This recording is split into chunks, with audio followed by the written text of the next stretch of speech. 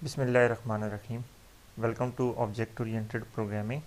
और आज का हमारा जो टॉपिक है वो एक्सेस स्पेसिफायर्स के बारे में है कि ये एक्सेस स्पेसिफायर्स क्या होते हैं, कैसे काम करते हैं और इनके फ़ायदे क्या हैं।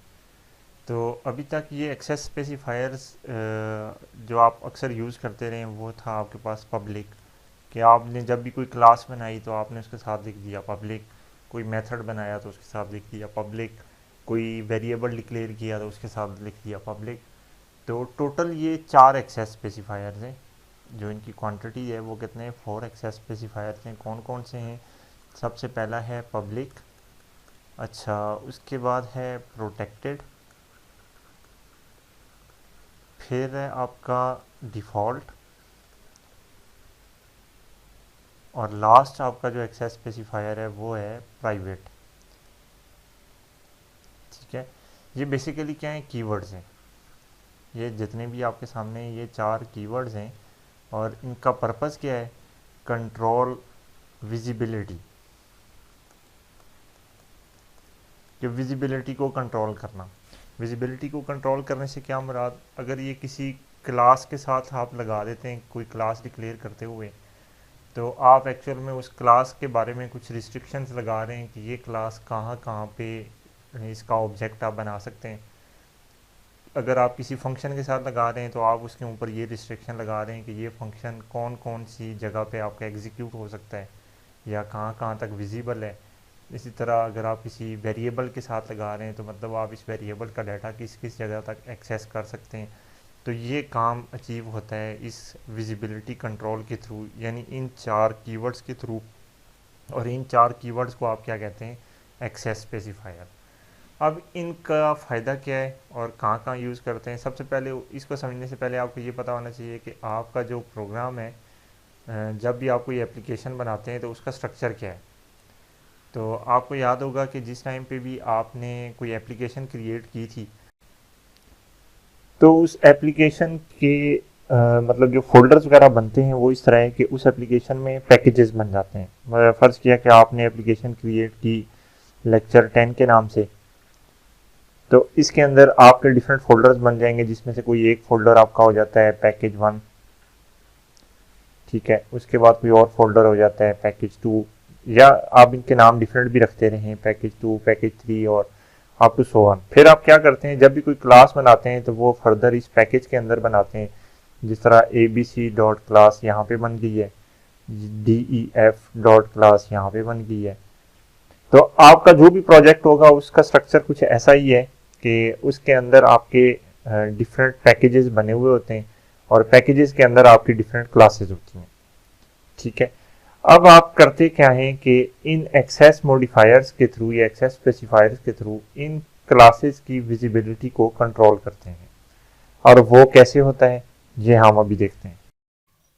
आपके सामने मैं एक पैकेज वगैरह बना लेता हूँ, एक प्रोजेक्ट बना लेता हूँ। ये पहले वाला जो प्रोजेक्ट है मेरा, इसको मैं क्लोज कर देता हूँ, एक नई एप्लीकेशन बनाता हूँ। और उसके बाद आप देखते जाइएगा कि इस एप्लीकेशन का कोई हम नाम रखते होते हैं, जिस तरह मैंने इसका नाम रख दिया है लेक्चर 10।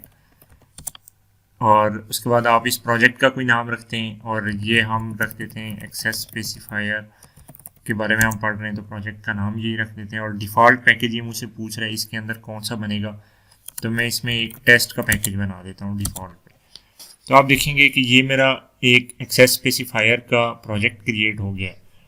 अब इस प्रोजेक्ट के अंदर मैं क्या कर सकता हूँ कि मैं दूसरे डायरेक्टली क्लासेस भी अगर ऐड करूँगा तो वो जो इसका डिफ़ॉल्ट पैकेज है उसमें ऐड हो जाएंगी, या फिर मैं क्या करता हूँ कि यहाँ से नए पैकेजेस इसके अंदर बना लेता हूँ। जैसे कि मैं इसे कहता हूँ कि भाई ये मेरा पब्लिक पैकेज है। ठीक है, ये एक्सेस स्पेसिफायर्स के नाम पे मैं पैकेजेस के नाम रख रहा हूँ।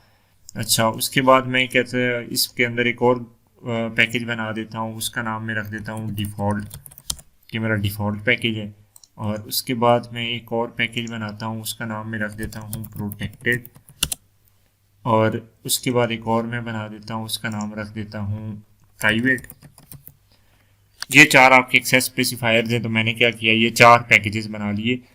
ये जस्ट आपको समझाने के लिए बता रहा हूँ, वरना आपको पता होना चाहिए कि पैकेजेस क्यों बनाते हैं। पैकेजेस बेसिकली आपके फोल्डर्स हैं प्रोग्राम के अंदर, और आप प्रोग्राम में फोल्डर इसलिए बनाते हैं कि जो रिलेटेड डाटा है किसी चीज़ के बारे में, किसी मॉड्यूल के बारे में, आप उसको किसी एक जगह पे रख दें, ताकि बाद में आपको जिस टाइम पे सर्चिंग करनी पड़े तो आपको पता हो कि भाई ये जो रिलेटेड डाटा था ये एक ही जगह पड़ा हुआ था। जिस तरह आप नॉर्मल पीसी के अंदर अपनी फाइल्स वगैरह सेव करने के लिए एक सेपरेट फोल्डर रखते हैं, सॉन्ग सेव करने के लिए एक सेपरेट फोल्डर रखते हैं, वीडियो सेव करने के लिए एक सेपरेट फोल्डर रखते हैं, पिक्चर सेव करने के लिए एक सेपरेट फोल्डर रखते हैं। तो सेम इसी तरह अगर कोई आप कोर्सेज पढ़ रहे हैं तो हर कोर्स का आप अपना अपना अलग अलग फोल्डर बना के रखते हैं जिसके अंदर उस कोर्स से रिलेटेड डाटा ही होता है। तो ये जिस टाइम पे भी आप कोई प्रोग्राम बनाते हैं तो आप हमेशा ये करते हैं कि क्लासेस को डिफरेंट पैकेजेस के अंदर रखते हैं, और उसका मेन मकसद ये होता है ताकि जिस टाइम पे आपको दोबारा सर्च करना पड़े तो आपको पता हो कि इस टास्क को करने के लिए मैंने जो काम भी किए हैं वो सारे के सारे इस फोल्डर के अंदर मौजूद हैं। तो ये तो कॉन्सेप्ट है पैकेजेस का। तो अब इन पैकेजेस के अंदर आप अपनी क्लासेस बनाते हैं। जिस तरह आप फोल्डर्स के अंदर अपना डाटा डालते हैं, इसी तरह आप इन पैकेजेस के अंदर अपनी क्लासेस बनाते हैं। और अब हम देखते हैं कि क्लासेस कौन कौन से एक्सेस स्पेसिफायर्स के साथ बन सकती हैं। पहला हमारा जो पैकेज है पब्लिक का, इसके अंदर मैं फर्ज किया कोई क्लास बनाता हूँ, जावा क्लास, और इसका मैं नाम कोई रख देता हूँ क्लास का। इसका नाम मैं रख देता हूँ लेट्स से स्टूडेंट, कि हम एक पब्लिक पैकेज में स्टूडेंट क्लास बना रहे हैं, और इसका एक्सेस स्पेसिफायर भी मैंने पब्लिक ही रहने दिया है। तो आप देखें ये सक्सेसफुली स्टूडेंट नाम की क्लास बन गई है, आपको कोई इशू भी नहीं मिला। और ये देख लें जो इसका नाम है एग्जैक्टली वही फाइल का नाम है, तो जो ये क्लास ये बन गई है। अब जो डिफ़ॉल्ट पैकेज है इसके अंदर मैं एक और जावा क्लास बनाता हूँ और इसका नाम मैं लिखता हूँ एम्प्लॉय, और इसको मैं कहता हूँ कि भाई आप पैकेज प्रोटेक्टेड क्लास बनाएं। पैकेज प्रोटेक्टेड क्लासेस का मतलब डिफ़ॉल्ट पैक क्लासेस ही होता है। तो ये देखें ये मेरी डिफ़ॉल्ट क्लास बन गई है, और डिफ़ॉल्ट क्लास में फ़र्क क्या आया है पब्लिक से कि यहाँ पे कोई भी एक्सेस स्पेसिफायर आपने नहीं लिखा हुआ, मतलब कोई एक्सेस स्पेसिफायर ना डिफ़ॉल्ट के नाम से लिखा है ना ही कोई पब्लिक या कुछ और लिखा है, आपने कुछ भी नहीं लिखा। तो इट्स मीन कि आपने डिफ़ॉल्ट एक्सेस मॉडिफायर को यूज़ किया है। अब अगर मैं प्रोटेक्टेड क्लास कोई बनाना चाहता हूँ तो क्या मैं बना सकता हूँ। यहाँ पे आप देखेंगे कि आपको इशू मिलेगा। तो इसका नाम मैं क्लास 1 ही रखता हूँ, और इसको मैं कहता हूँ कि आप एक क्लास बनाएं, और उसके बाद मैं इसका एक्सेस चेंज करके पब्लिक की जगह पे प्रोटेक्टेड करता हूँ। देखिएगा ये मुझे एरर दे देगा, और वो एरर क्या है कि modifier protected not allowed here, यानी क्लास के नाम के साथ आप प्रोटेक्टेड का कीवर्ड यूज़ नहीं कर सकते। अगर आप मेन क्लास आप बना रहे हैं तो आप प्रोटेक्टेड का कीवर्ड यूज़ नहीं कर सकते। सेम आपको एरर मिलेगा अगर मैं इसको प्राइवेट कर दूँ तो ये मुझे कह देगा कि modifier private not allowed here. तो इससे क्या वो चीज़ आपको समझ आई कि जब भी आप कोई क्लास बनाएंगे तो वो या तो डिफ़ॉल्ट होगी या फिर आप उसको पब्लिक रखेंगे, ठीक है। और अगर किसी क्लास के अंदर आप क्लास बनाना चाहते हैं, जिस तरह ये आपकी स्टूडेंट की क्लास थी, इसके अंदर कोई और क्लास आप बनाना चाह रहे हैं, नेस्टेड क्लास इसको कहते हैं, तो वो आप बना सकते हैं। वो आप पब्लिक क्लास फर्ज किया ABC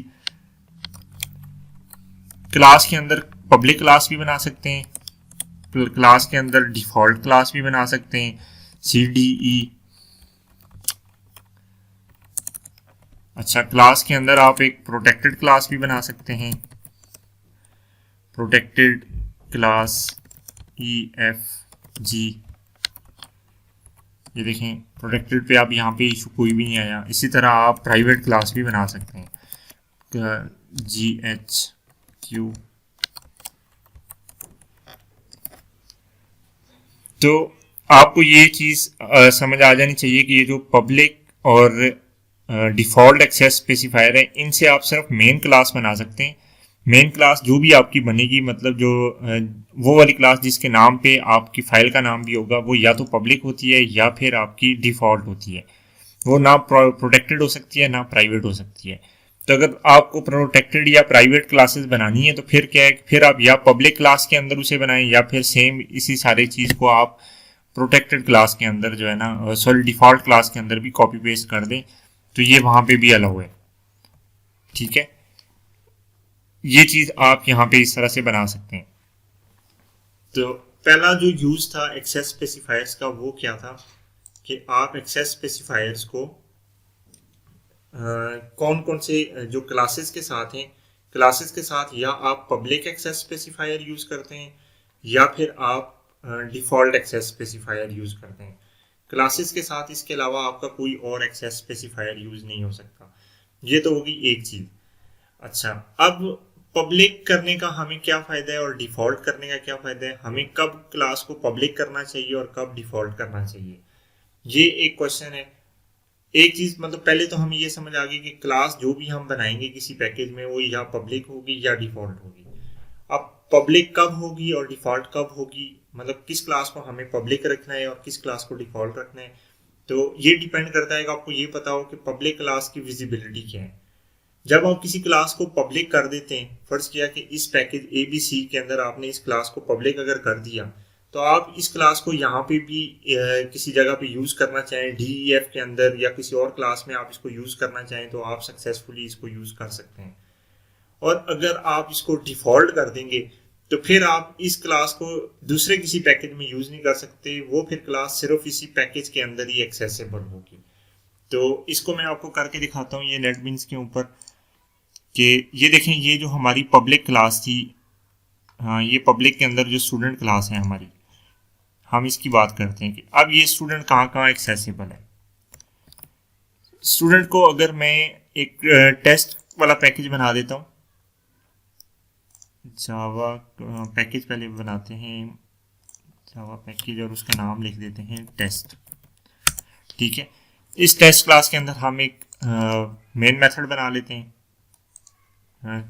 इसके अंदर एक टेस्ट क्लास बनाते हैं और उसके में एक मेन मेथड बना देते हैं। आप देखें, ये जो पब्लिक पैकेज के अंदर आपकी स्टूडेंट वाली क्लास थी, ये चूंकि पब्लिक थी तो इसलिए अगर आप यहाँ पे इसका कोई ऑब्जेक्ट बनाना चाह रहे हैं, student S1 is equal to new student, तो ये देखें आपको कहेगा कि इंपोर्ट कर लें क्लास को। आपने इंपोर्ट किया, आपका ऑब्जेक्ट सक्सेसफुली क्रिएट हो गया। लेकिन ये जो आपकी डिफ़ॉल्ट क्लास थी एम्प्लॉयबली, ये आपकी डिफ़ॉल्ट क्लास है, आप इसका ऑब्जेक्ट अगर बनाना चाहें तो फिर क्या होगा, आप यहाँ पे लिखें employee E1 is equal to new employ,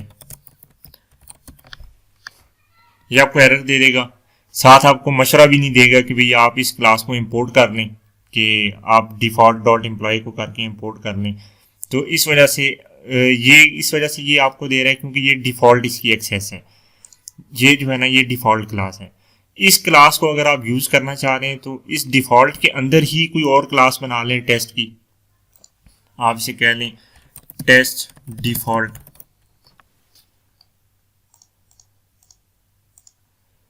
अब ये जो टेस्ट डिफ़ॉल्ट है, बेशक इसके अंदर मेन मेथड बनाए ना भी बनाए, यहाँ पे अगर आप एम्प्लॉय को कोई भी ऑब्जेक्ट बनाना चाहेंगे न्यू एम्प्लॉय, तो ये आपको सक्सेसफुली बना देगा, आपको कोई इशू नहीं देगा। ठीक है, क्यों? क्योंकि ये दोनों सेम पैकेज के अंदर हैं। तो चूंकि सेम पैकेज के अंदर जब क्लास होती है, क्लासेस होती हैं सेम पैकेज के अंदर, तो वो डिफ़ॉल्ट एक्सेस स्पेसिफायर्स के साथ भी एक दूसरे को विजिबल होती हैं। लेकिन जब आपने इसको पब्लिक कर दिया है तो पब्लिक वाले केस में ये सेम इस पैकेज के अंदर भी विजिबल होगी। जावा क्लास यहाँ पे बना लें पब्लिक टेस्ट के नाम से,